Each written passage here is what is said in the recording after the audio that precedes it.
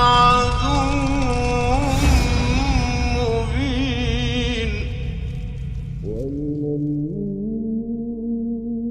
ومن الناس من يشتري لهو الحديث ليضل عن سبيل الله بغير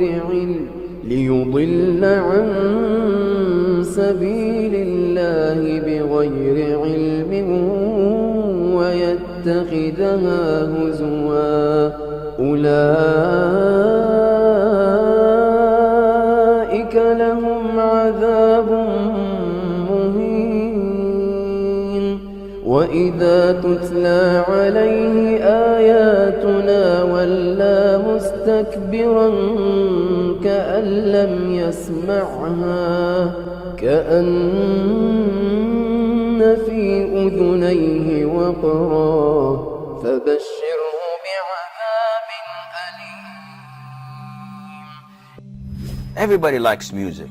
Everybody enjoys music. Everybody enjoys singing and dancing and being cheerful.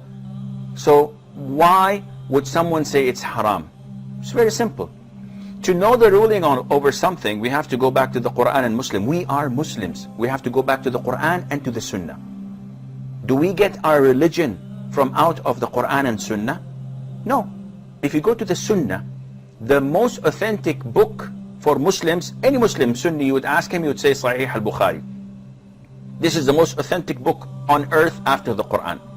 And in Sahih al-Bukhari, the Prophet ﷺ tells us that there will be people of my ummah making haram things halal. And they would make adultery, fornication. They would make silk. They would make consuming intoxicants, khamr. And music instruments halal. 4 things. The Prophet ﷺ told us that there will come people who would make these haram things halal. So the Prophet is the one who told us that music is haram. And the evidence behind it is overwhelming. There is no scholar on earth, Muslim scholar, that allows you to listen to Beyonce and Madonna and Michael Jackson and those. That is completely out because, number one, it's dirty, it's filthy, the lyrics are horrible, terrible. They encourage you to move your body and to shake your thing, as they say. May Allah forgive us, really. You move your body, you are sexually hyped up. So it's a dirty industry. Ask those who are in it. It's filthy. When you hear about music, you hear about how to attract the opposite sex, and it's all about love and all about, you know, your emotions. And so at home you're not happy. When you go to work, you see someone you're working with and you're busy thinking, ooh, the music fits exactly here, and so on. Things are happening. People are tampering with our minds. The power that music has on humans' mind has been well documented for thousands of years. Hundreds of scientific studies have proven that music can have a profound effect on human emotions, sensory perceptions, and behavior. In 1839, Heinrich Wilhelm Dove made a fascinating audio discovery when he uncovered this strange phenomenon of binaural beats, which are special frequencies within music that affect how brainwaves behave and consequently our mood. A more recent study in 2012 by psychologist Annette Schirmer uncovered that our perception of the external world can be directly affected by musical rhythm, because our brainwaves become in sync with auditory beats. What's most intriguing about this study is that Schirmer realized that when people move in synchrony, they are more likely to perceive the world in synchrony. This means that our mental process can be altered simply by using music to manipulate brainwave oscillations.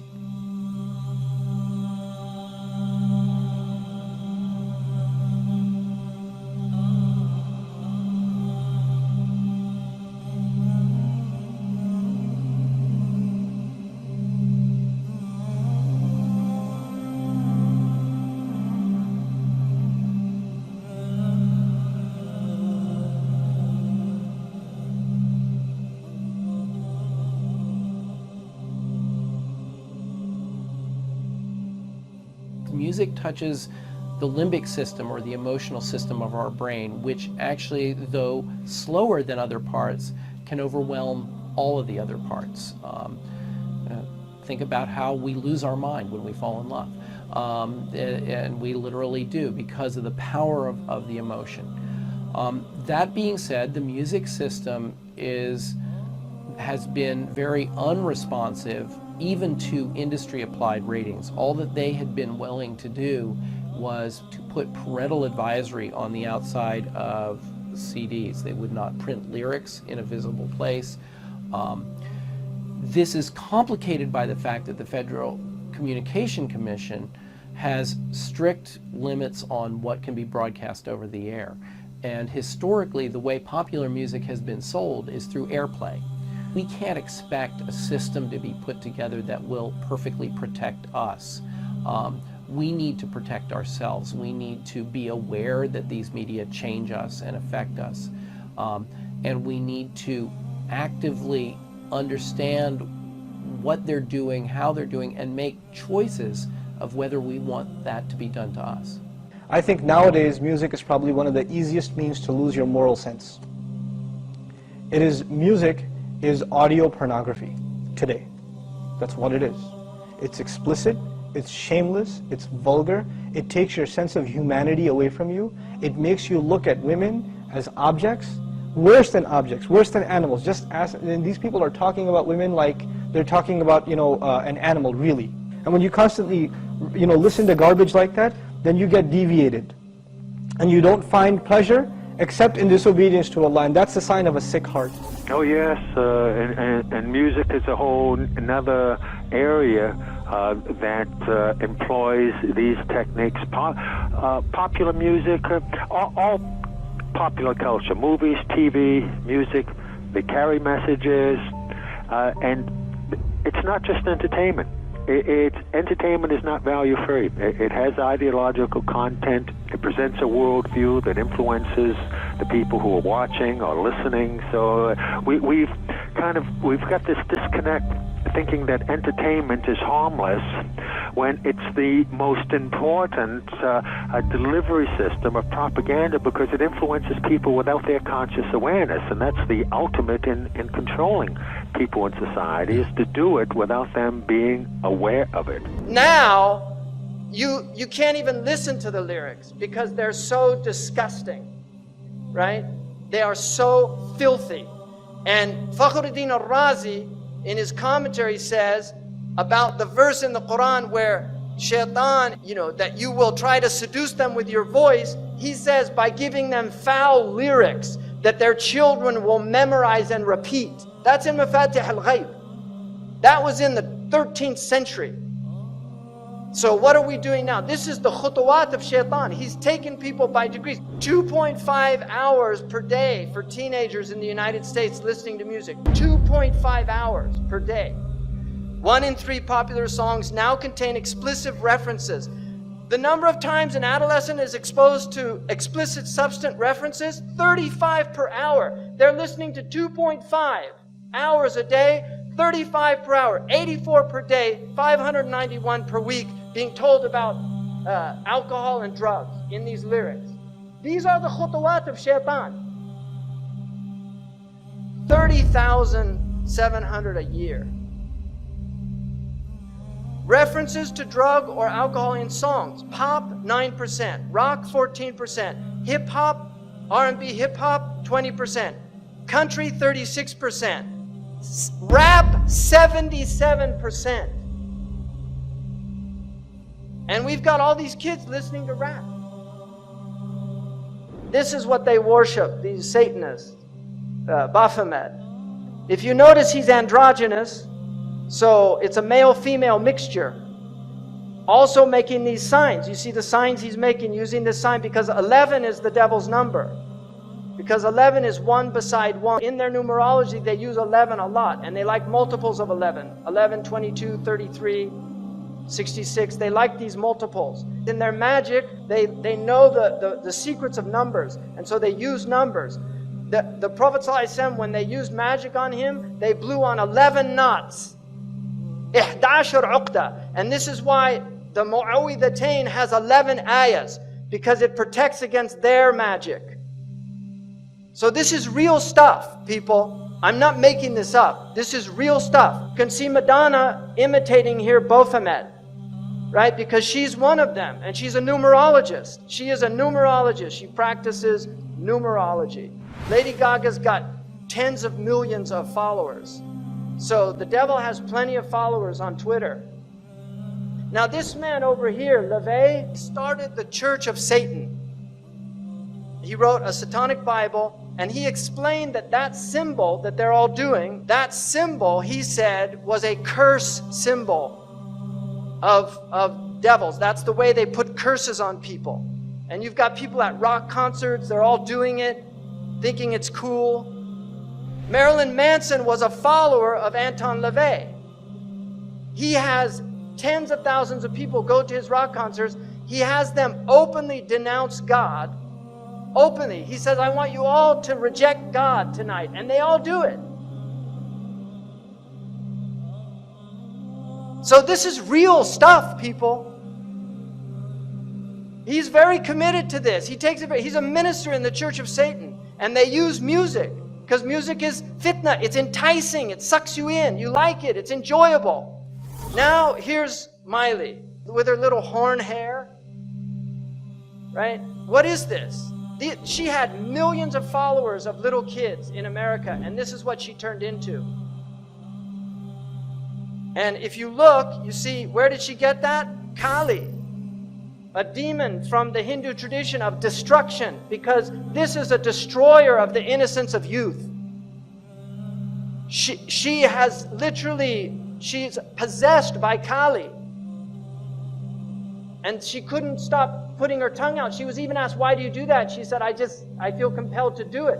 Because this is who's really moving things around, Kali, a demon. If you notice, they use also backwards. It's haram to recite the Quran backwards. This is well known because in magic, they recite things backwards.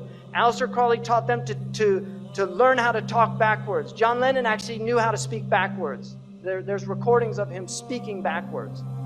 And they do backmasking on their albums where they actually play things in reverse. Led Zeppelin, followers of Aleister Crowley, did this on one of their albums. So you're getting literally magical messages. I think that we all, as artists, because we're highly sensitive people, and this machine around us, this so-called music industry, is such a demonic thing. It sacrifices people's lives and their essences. The number one problem in Hollywood was and is and always will be pedophilia. That's the biggest problem for children in this industry. The casting couch even applies to children. Oh yeah. Not in the same way. It's all done under the radar. Nobody talks about pedophilia. It's the big secret. And it's widespread? Oh yeah. Now, but didn't you release a CD like almost 10 years ago? Yeah, I mean, I released a gospel record when I was 15 because I grew up in, a household where all I ever did was listen to gospel music, and my parents are both traveling ministers, and so I kind of sang about, what was going on in my life at 15, and that's how I got introduced to the music industry. I swear I wanted to be like the Amy Grant of music. Yeah. But it didn't work out, and so I sold my soul to the devil. I sold my soul to the devil. I know it's a crack deal.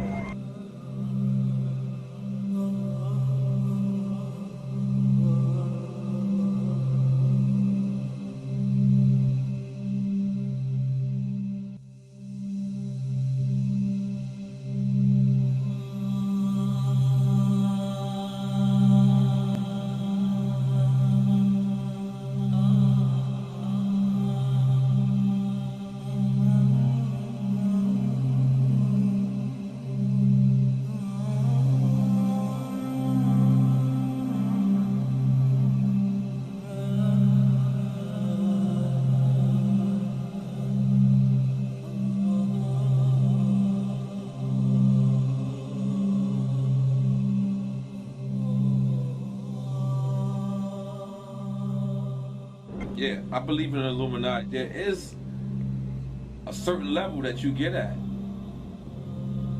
that you can't go no further unless you're aware of certain things. And I'll leave it at that. You know what I'm saying? There's a certain level that you get to, that there's a door that you have to walk through. And it's on you to walk through that door once you walk through that door, it's no coming. If your ultimate goal is to be famous, then you're gonna do a lot to get there, like sign your name in blood in a contract with the devil. Like you're gonna end up on a one-way street and it's going nowhere. Like that's just the truth. I've seen so many people like forsake their moral code and their value systems just for a little bit of fame, and it's not worth it at the end of the day. It's really not worth it. I swear to Lucifer. I swear to Lucifer.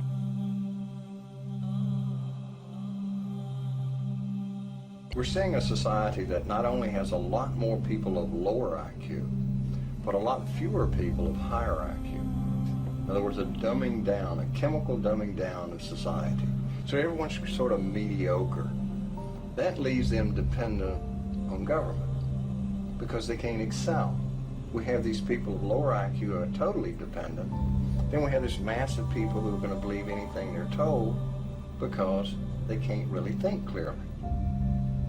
And very few people of very high IQ who have good cognitive function who can figure this all out. And that's what they want. So, you know, you can kind of piece it together as to why they are so insistent in spending so many hundreds of millions of dollars of propaganda money to dumb down society. Now you see in the West, people listen to music all the time. They're always plugged in. They get in their car, they turn on the music. They walk, they put in their earphones and they listen to their music, and people have long playlists. They spend a lot of money on these things, and so they're lost. They don't have free time to think anymore because their lives are filled with sound. So the demons have immense tools that they've never had before, and they're using them very effectively.